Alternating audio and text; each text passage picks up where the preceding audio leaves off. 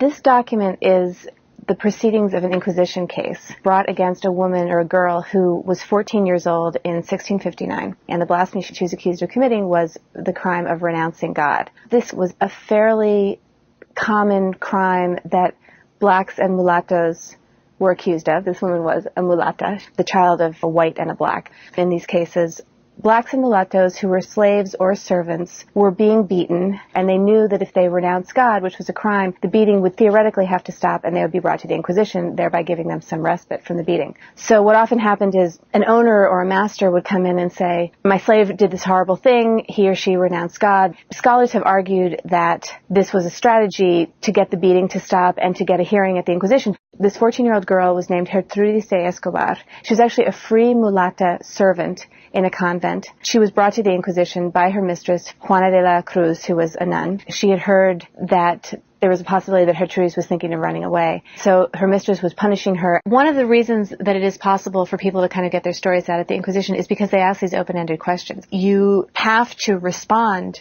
to each of the accusations in detail. What's interesting about this case is that she doesn't get browbeaten into rolling over and saying, I'm guilty. The proceedings were secret. And so she was asked if she knew why she was brought to the Inquisition. She didn't know, so the charges were read to her. She had claimed that many of the charges were false. She agreed that she had renounced God, but claimed that she had been forced. She was convicted and sentenced to an auto de fe, which was a public reading of her crime. She was paraded through the streets in public humiliation, and this is a fairly common punishment. Often cases end here. This case is interesting because then there's this other letter from a cleric written in 1662, 2 years after the initial case. He tells the story of what happened to Gertrudis after the case was over. Generally, you don't know what happens. But what happened to Gertrudis was she was sold by her aunt and her cousins to an ingenio, a sugar mill, even though she was free, to pay off the money that she owed the Inquisition.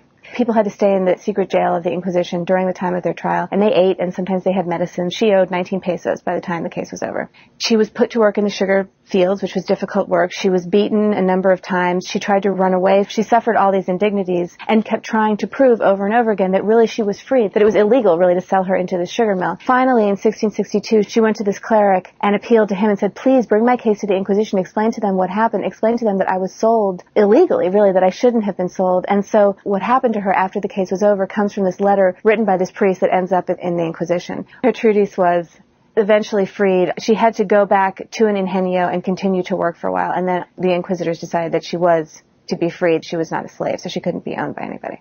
Sometimes owners or masters bring their slaves to the Inquisition for renouncing because somebody else heard them to save face. But maybe if it happened in private, you wouldn't bring your slave to the Inquisition, because people spent a long time in the jails of the Inquisition. Juana de la Cruz did not have access to her servant, Gertrudis, for over 2 months. So there's not necessarily a big payoff for bringing your slave to the Inquisition.